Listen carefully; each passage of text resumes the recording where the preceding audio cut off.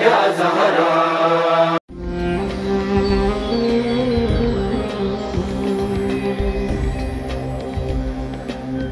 اعوذ باللہ من الشیطان اللعین الرجیم. بسم اللہ الرحمن الرحیم. الحمدللہ رب العالمین والصلاة والسلام علی سید الانبیاء والمرسلین وعلی آلہ الطیبین الطاہرین المعصومین ولعنۃ اللہ علی اعدائہم اجمعین. اما بعد فقد قال اللہ سبحانہ وتعالی یا ایہا الذین آمنوا کتب علیکم الصیام کما کتب علی الذین من قبلکم لعلکم تتقون. رب کائنات کا انگنت شکر ہے، جتنا وہ ذات لائق شکر ہے اسی کی حمد و ثنا جس نے ہمیں روزے رکھنے اور نمازیں ادا کرنے کی توفیق عطا فرمائی اور ولایت ائمہ معصومین علیہم الصلاۃ والسلام جیسی نعمت عظمیٰ سے سرفراز فرمایا.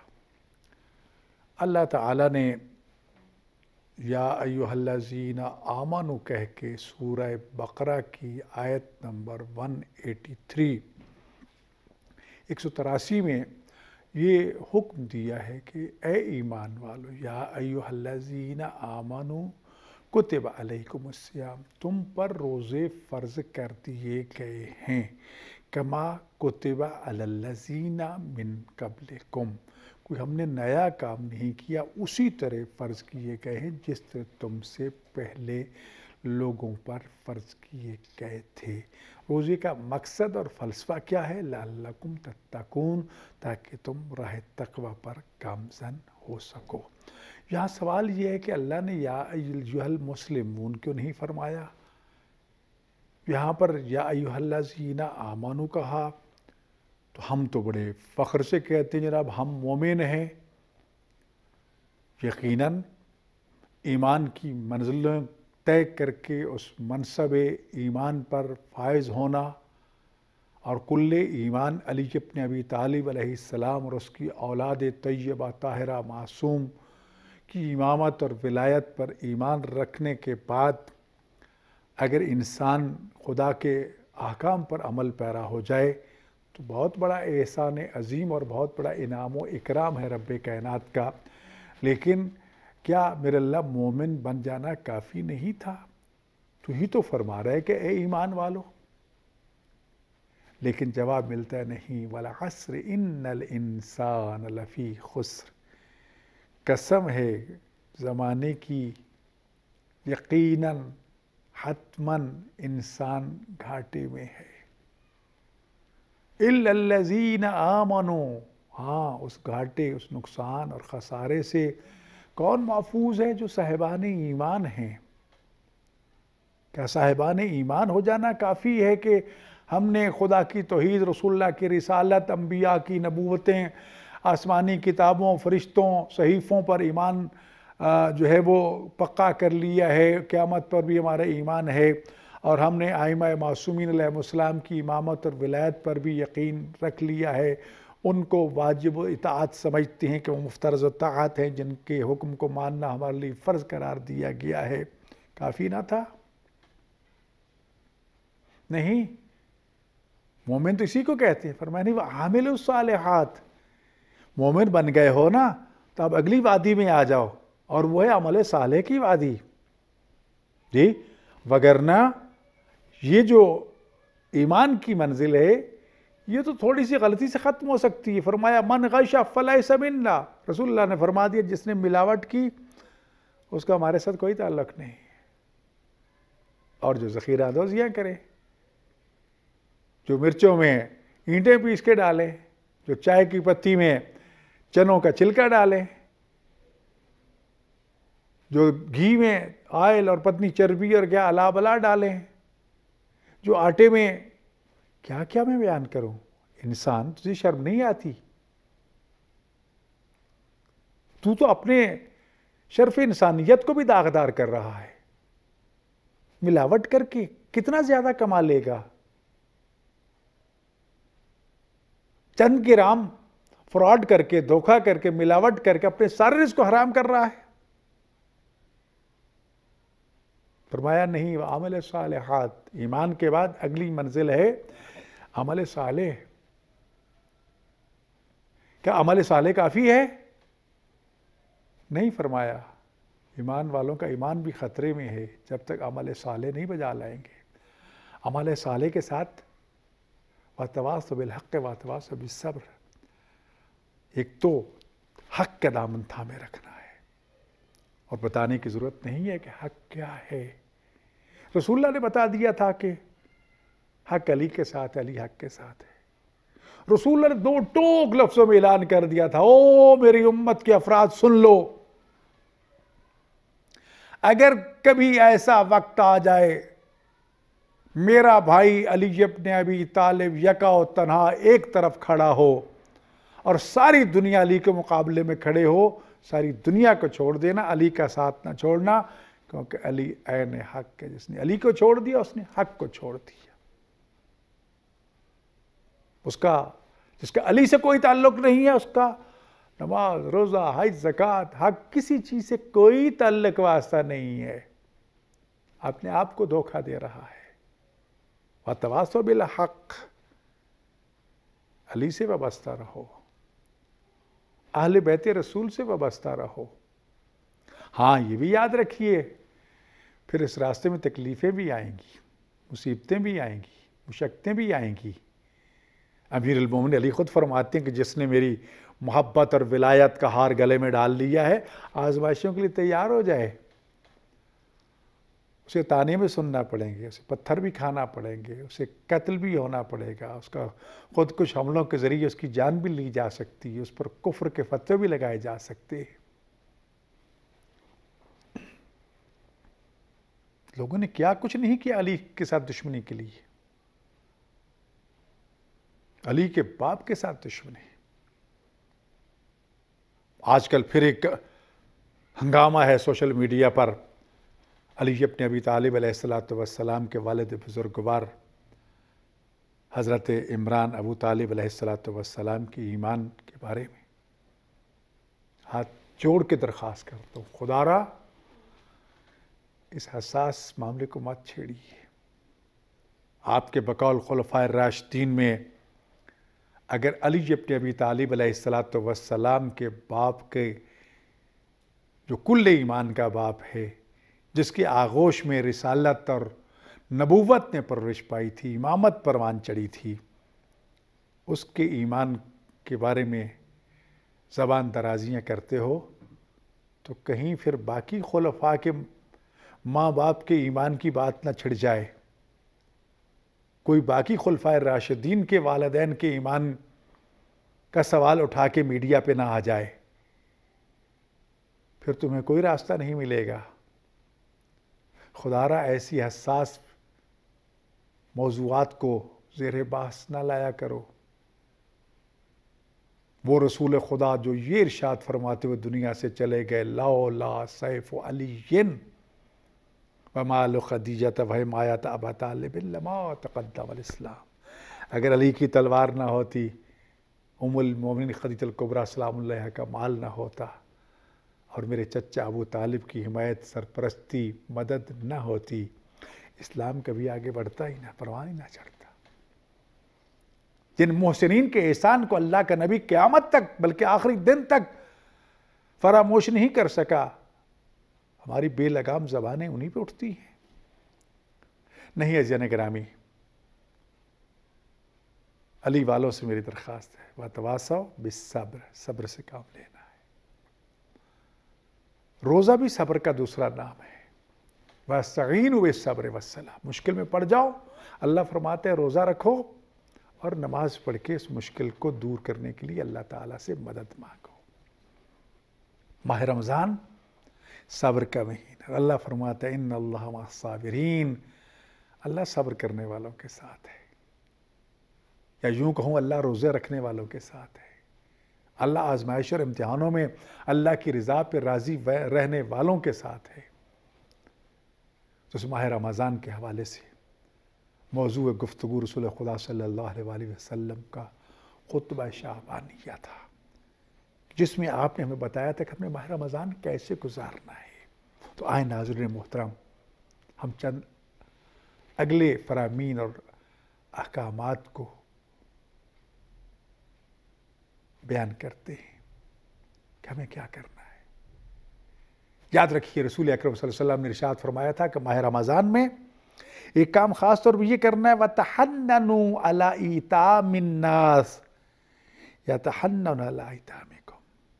ماہ رمضان میں خاص طور پر لوگوں کے یتیم بچوں پر رحم کھانا ہے، ان کا خیال رکھنا ہے۔ آج تم لوگوں کے یتیموں کا خیال رکھو گے، کل خدا نخواستہ آپ کے بچے یتیم ہو جاتے ہیں تو پھر آپ کے بچوں کے سر پر بھی کوئی ہاتھ رکھنے والا ہوگا۔ تو ماہ رمضان میں موقع ہے کہ شہداء کے بچوں کو ڈھونڈیے، شہداء کے خاندانوں کو تلاش کر کے ان کے گھروں تک بن مانگے، بغیر بتائے، بغیر فوٹو اور سیلفیاں بنائے ان کے گھروں میں رزق پہنچائیے، ضروریات زندگی پہنچائیے، کسی کو خبر نہ ہونے دو۔ اجر اللہ سے لوگے تو مل جائے گا، مخلوق خدا سے لوگے تو کچھ بھی نہیں ملے گا، کچھ بھی نہیں ملے گا۔ ان سیلفیوں نے، ان فوٹوؤں نے کچھ نہیں دینا۔ خدا را فوٹو سیشن اگر کرنا چاہتے ہو تو اللہ کے حضور کرو، وہ ساتھ ساتھ تمہاری ویڈیو بنا رہا ہے، تمہاری ایک ایک حرکت تمہارے نامہ اعمال میں لکھی جا رہی ہے۔ لوگوں کے لیے کرو گے اور کل جب روز قیامت حساب کا وقت آئے گا، نامہ اعمال تمہیں دے دیا جائے گا، دیکھو اس میں کوئی چیز رہ تو نہیں کہ پریشان ہو جاؤ گے، میں نے تو فلاں نیکی کی تھی، فلاں کیا تھا، فلاں بیوہ کو میں نے پیکٹ پکوائے تھے، اور فلاں یتیم کو میں نے کھانا دیا تھا، اور فلاں غریب کے گھر میں نے آٹے کی بوریاں پہنچائی تھی، اور فوٹوگرافی اور سیشن کیے تھے، اور اخباروں میں چھپا تھا، ٹی وی ویڈیو پر آیا تھا۔ تو جواب ملے گا وہ ان لوگوں کے لیے کیا تھا نا، کہ لوگ واہ واہ سبحان اللہ کہیں، میرے لیے کیا ہوتا تو یہاں موجود ہوتا، اب اجر انہی سے جا کے لو۔ تو لہذا خدا را کسی کچھ دیتے ہو تو اجر اللہ سے لو، احسان جتلا کے ان کے دلوں کو زخمی نہ کرو، ان کے زخموں پر نمک مت چھڑکو، یتیموں کا خیال رکھو۔ خاص طور پر میں درخواست کروں گا وہ شہداء جو میدان جنگ میں شہید ہوئے ہیں، دہشت گردی کے خلاف دشمنوں کا مقابلہ کرتے ہوئے شہید ہو گئے ہیں، بم بلاسٹ میں شہید ہوئے ہیں، بم دھماکوں میں شہید ہوئے ہیں، دہشت گردوں نے ان کو اپنے ظلم و جور کا نشانہ بنایا ہے، دنیا جہاں میں کہیں کے بھی ہیں ان کو خاص طور پر ترجیح دیجیے۔ فرمایا آج تم لوگوں کے یتیموں کا خیال رکھو گے تو کل اللہ تمہارے یتیموں کا خیال رکھے گا۔ لکھ لیجیے ماہ رمضان کے کاموں میں، اور یہ ہر روز کا ایجنڈا ہونا چاہیے کہ آج ہم نے یتیموں کا خیال بھی رکھنا ہے، جہاں کوئی بزرگ نظر آئے گا اس کو سلام بھی کرنا ہے، اس کا احترام بھی کرنا ہے، کوئی بچہ ملے گا تو اس سے پیار و محبت بھی کرنی ہے، شفقت سے پیش آنا ہے، فقیروں مسکینوں کو بھی کچھ نہ کچھ دینا ہے، اور خدا کے دیے میں سے دینا ہے۔ تو ایک کام ماہ رمضان میں جو کرنا ہے آپ نے ارشاد فرمایا وہ یتیموں کا خیال رکھو، اور پھر ساتھ اس کا صلہ بھی مل رہا ہے، یہ نہیں ہے کہ یہاں تو ایک ہاتھ سے دو دوسرے سے لے لو۔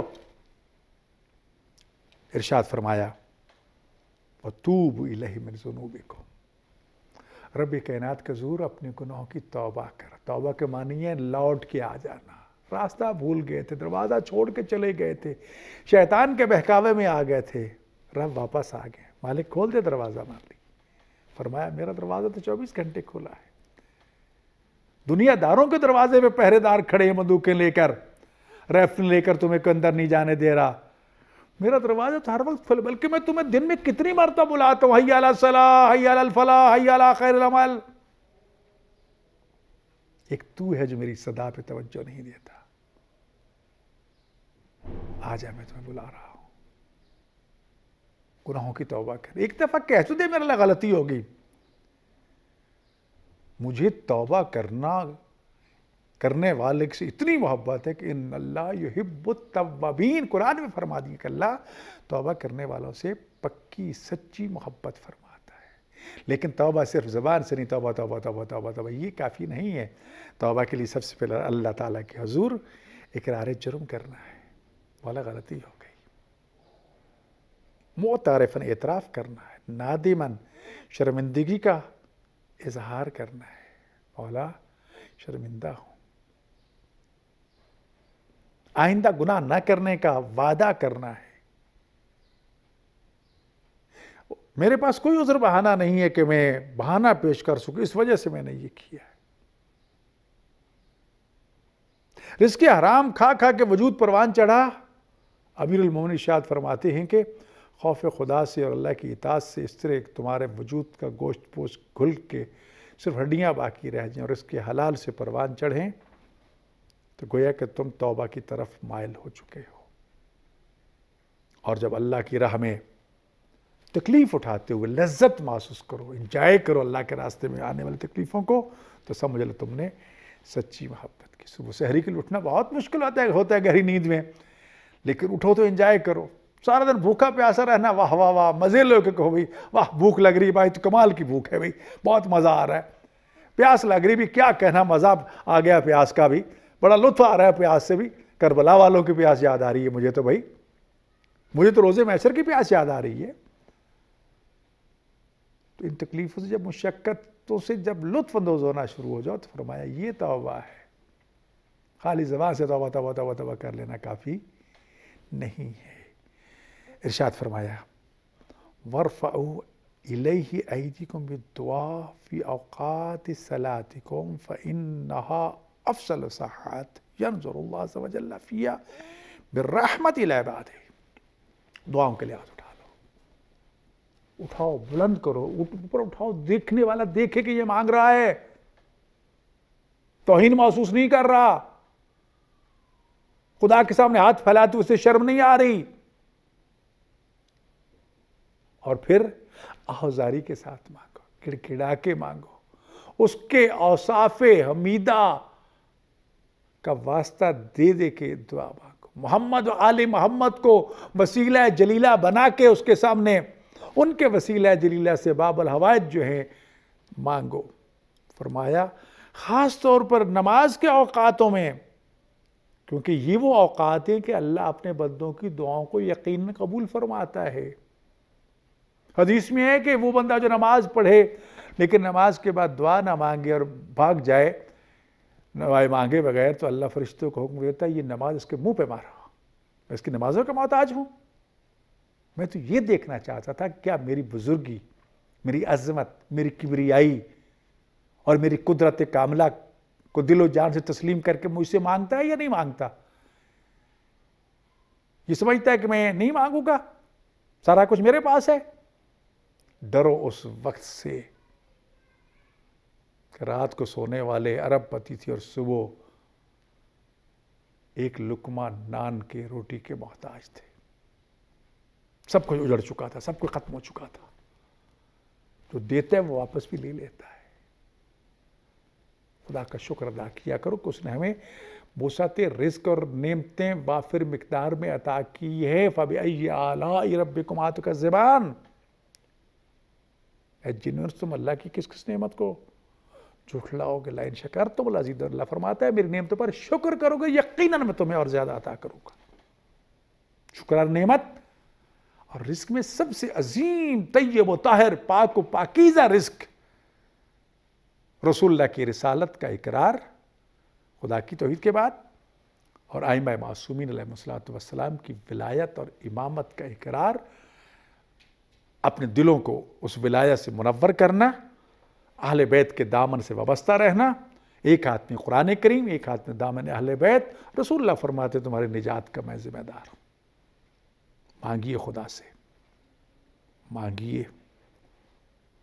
وسیلہ جلیلہ کے ساتھ مانگیے۔ فرمایا وہ تمہاری مناجات کو قبول کرتا ہے، اس کا جواب دیتا ہے۔ تنہائیوں میں رو کے مانگو، مجمع عام میں مانگو، مل کر مانگو، رو رو کے مانگو، تمہیں عطا فرماتا ہے۔ کیونکہ اوقات نماز کی بات ہوئی ہے، فرمایا یہ افضل ساعات، یہ اللہ سے مانگنے کے بہترین لمحات ہوتے ہیں۔ دعا کو انبیاء کا ہتھیار کہا گیا ہے، مومن کا ہتھیار کہا گیا ہے۔ امیر المومنین علی فرماتے ہیں جسے دعا مانگنے کی توفیق ہو گئی وہ اجابت اور قبولیت سے محروم نہیں ہوگا۔ تو لذا عزیزان گرامی دعائیں مانگیے، اور وہ دعائیں مانگیے جو ائمہ اہل بیت نے ہمیں تعلیم فرمائی ہے۔ ان الفاظ طیبہ اور آیات مجیدہ کا سہارا لیجئے جو انبیاء کی زبان سے دعاؤں کی صورت میں نکلی تھیں اور آج قرآن کا حصہ بن چکی ہیں۔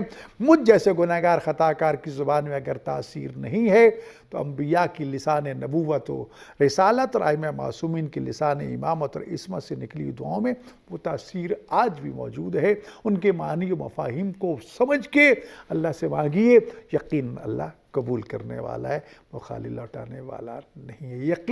یقین کے ساتھ، بے یقینی نہیں۔ اللہ اکبر، اللہ اکبر۔ کیا ارشاد فرما، ایھا الناس ان انفاسکم مرہونۃ باعمالکم، تم اپنے اعمال کے بدلے میں گروی رکھ دیے گئے ہو۔ کسی چیز سے میں نے کہ یہ رہن لے لو، رہن میں چیز رکھ لو، مجھے وہ دے دو، چیز دوں گا تو رہن مجھے واپس ملے گا نا میرا مال۔ فرمایا تم اپنے اعمال کے بدلے میں رہن میں رکھ دیے گئے ہو۔ اچھے اعمال کرو گے تمہاری جان چھوٹ جائے گی، اچھے اعمال نہیں کرو گے گروی رہو گے۔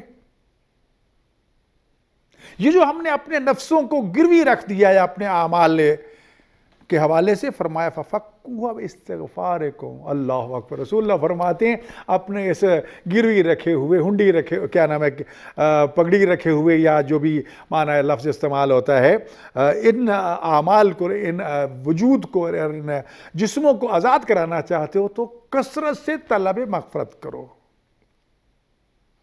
استغفار کرو، استغفر اللہ ربی من کل ذنب واتوب الیہ۔ حضرت امیر المومنین علی ابن ابی طالب علیہ السلام تشریف فرما ہے۔ ایک شخص آ کے عرض کرتے ہیں مولا رزق کی تنگی ہے، فرمایا استغفار کرو۔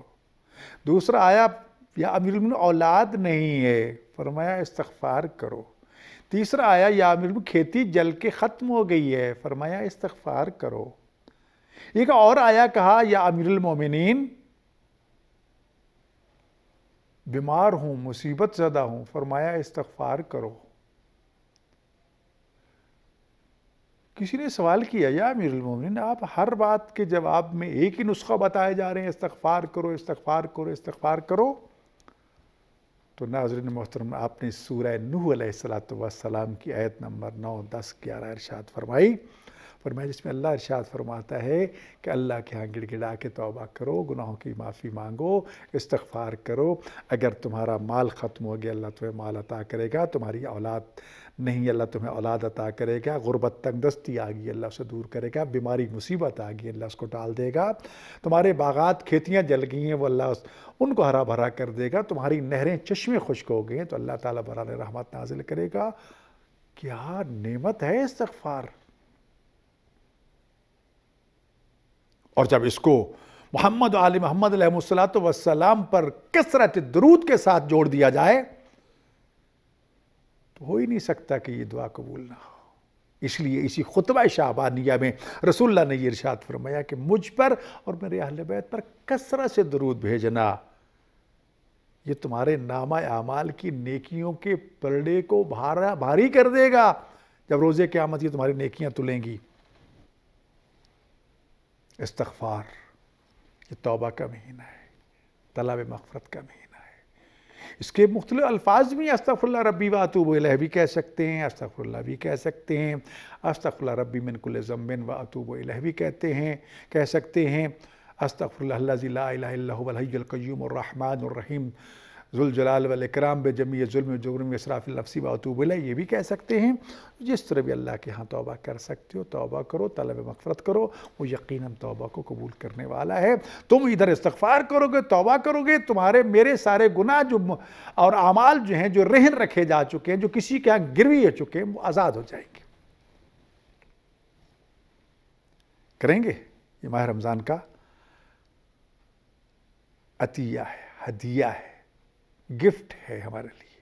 ایک اور گفٹ دے رہے ہیں رسول خدا صلی اللہ علیہ وسلم، فرمایا وَظُهُورَكُمْ ثَقِيلَةٌ مِّنْ أَوْزَارِكُمْ فَخَفِّفُوا عَنْهَا بِطُولِ سُجُودِكُمْ۔ او میری امت کے لوگ، تمہارے گناہ اتنے زیادہ ہو چکے ہیں، گٹھلیوں کی گٹھلیاں تمہاری پشت پر گناہوں کی لاد دی گئی ہیں۔ تم نے رحمان کی باتوں پہ توجہ نہیں دی، تم نے شیطان کی باتوں پہ توجہ دی۔ تم نے حقوق العباد کی پرواہ نہیں کی، تم نے حقوق اللہ کی پرواہ نہیں کی، تم نے اپنے وجود کے ایک ایک حصے کے حق کی پرواہ نہیں کی۔ گناہوں پہ گناہ، گناہ پہ گناہ، اب اتنے گناہ ہو چکے ہیں کہ تمہاری پشتوں پر گناہوں کی گٹھڑیاں لگ چکی ہیں۔ یاد رکھو، ان کو ہٹانے کا، گرانے کا ایک ہی طریقہ ہے۔ رسول اللہ فرماتے ہیں کیونکہ ماہ رمضان ہے، لہٰذا اس کو مواقع غنیمت جانیے، ان گٹھلیوں کو دور پھینکنے کے لیے خدا کے حضور سجدہ ریز ہو کر لمبے لمبے سجدے کرو، دیر دیر تک رو رو کے سبحان ربی الاعلی و بحمدہ، سبحان ربی الاعلی و بحمدہ، سبحان ربی الاعلی و بحمدہ، دعا مانگی پروردگار میرے گناہوں کو معاف فرما دے، میری پشت سے گناہوں کے گٹھلیوں کو دور پھینک دے، میرے اللہ میرے گناہوں کو، تو وہ ذات یا من یقبل یسیر و یعفو الکثیر، ہے وہ ذات جو ایک اپنے بندے کے تھوڑے سے عمل کو قبول کر کے بہت زیادہ گناہوں کو معاف فرما دیتا ہے۔ میرے اللہ میں تیری حضور کیا پیش کر سکتا ہوں؟ کچھ بھی ہے میرے پاس؟ نہیں، تیرا لطف و کرم ہے۔ اگر یہ زبان حرکت کرے گی تو تیری اجازت سے، تیرے لطف و کرم سے، یہ ہاتھ حرکت کر رہے ہیں تو تیرے لطف و کرم کی وجہ سے، وگرنہ میں تو کچھ بھی نہیں ہوں۔ تو لذا فرمایا لمبے لمبے سجدے کر کے اپنی پشتوں سے گناہوں کی گٹھلیوں کو دور دے مارو۔ اللہ اکبر۔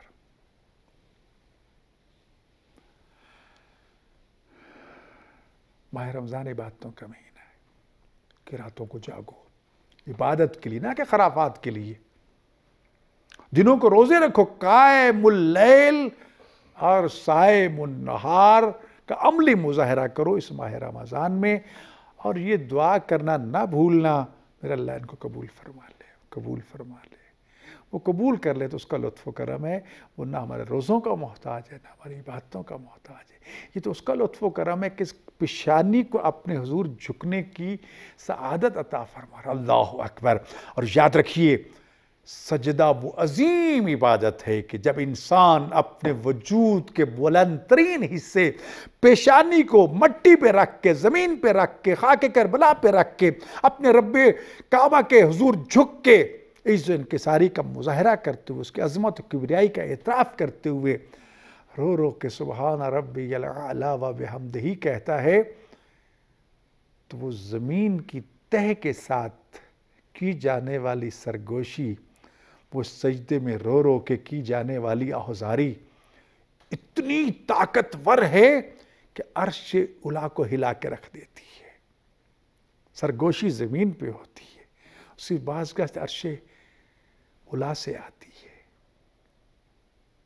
عرش ہل جاتا ہے، اور اللہ اپنے فرشتوں میں فخر سے کہتا ہے، دیکھو میرے بندو، میرے اسی بندے کے بارے میں کہا کرتے تھے میرے فرشتوں کی یہ خون خرابہ کرے گا، آؤ دیکھو اپنے وجود کے بلند ترین مقام کو مٹی پہ رکھ کے سارے دو زانوں زمین پہ سجدے کی حالت میں گڑ گڑا کے مجھ سے نہ صرف اپنے گناہوں کی معافی مانگ رہا ہے، میری عظمت و کبریائی کا اعلان و اعتراف بھی کر رہا ہے۔ میں نے اس کو معاف کر دیا، میں نے اس کی دعاؤں کو قبول کیا، میں نے اس کو گناہوں کو دور کر دیا۔ لذا ناظرین محترم، رسول اللہ کے اس فرمان کو سامنے رکھتے ہوئے ہمیں ان سجدوں کی طرف جانا چاہیے، اور ارشاد فرمایا وَاعْلَمُ أَنَّ اللَّهَ تعالیٰ ذَكَرَهُ، اللہ تعالیٰ نے اس کو ذکر کیا، قرآن کریم میں بتایا ہے، اور فرمایا اقسم بعزتہ اللہ یعذب المصلین والساجدین، اللہ نے یہ ضمانت دے رکھی ہے، قسم کھائی رسول اللہ نے، اللہ کی قسم، جو سجدے کرتا ہے، جو نمازیں پڑھتا ہے، اللہ ان کو کبھی بھی عذاب نہیں دے گا۔ مجھے اللہ کی، رب العزت کی عزت کی قسم، رسول اللہ قسم کھا رہے ہیں، رب العزت کی عزت کی قسم کھا کے یقین دلا رہے ہیں کہ نمازیوں اور سجدہ گزاروں کو اللہ تعالی محروم نہیں کرے گا، ان کو عذاب نہیں دے گا۔ جہنم سے بچنے کے لیے دعا کریں۔ سجدوں کی صورت میں اللہ جہنم میں نہیں ڈالے گا۔ آئیں خدا سے دعا کریں۔ کریم پروردگار، ان ماہ رمضان کی برکات لمحات میں ہم تیرے مہمان ہیں، تو کریم میزبان ہے۔ ہماری لگزیوں کو نہ دیکھنا، اپنی شان کریمی کو دیکھتے ہوئے لطف و کرم فرما، ہم سب کے تمام گناہوں کو معاف فرما دے، رزق وسیع حلال و طیب و طاہر عطا فرما، اپنے گھر کی زیارت نصیب فرما، اپنے اولیاء ائمہ معصومین کے روضہ مبارکہ کی زیارت نصیب فرما۔ اللہم ارزقنا حج بیتک الحرام وزیارت قبر الحسین علیہ السلام وفی الآخرۃ شفاعت الحسین علیہ السلام۔ اللہم لا تفرق بیننا وبین الحسین علیہ السلام بحق الحسین علیہ السلام واحشرنا مع الحسین علیہ السلام وارزقنا رزقا واسعا حلالا طیبا مبارکا یا ارحم الراحمین واحفظنا من بلیات السماوات والارضین بحق محمد واہل بیتہ الطیبین واغفر موتانا یا اللہ واشف مرضانا یا اللہ بفضلک ورحمتک یا ارحم الراحمین۔ اللہم صلی علی محمد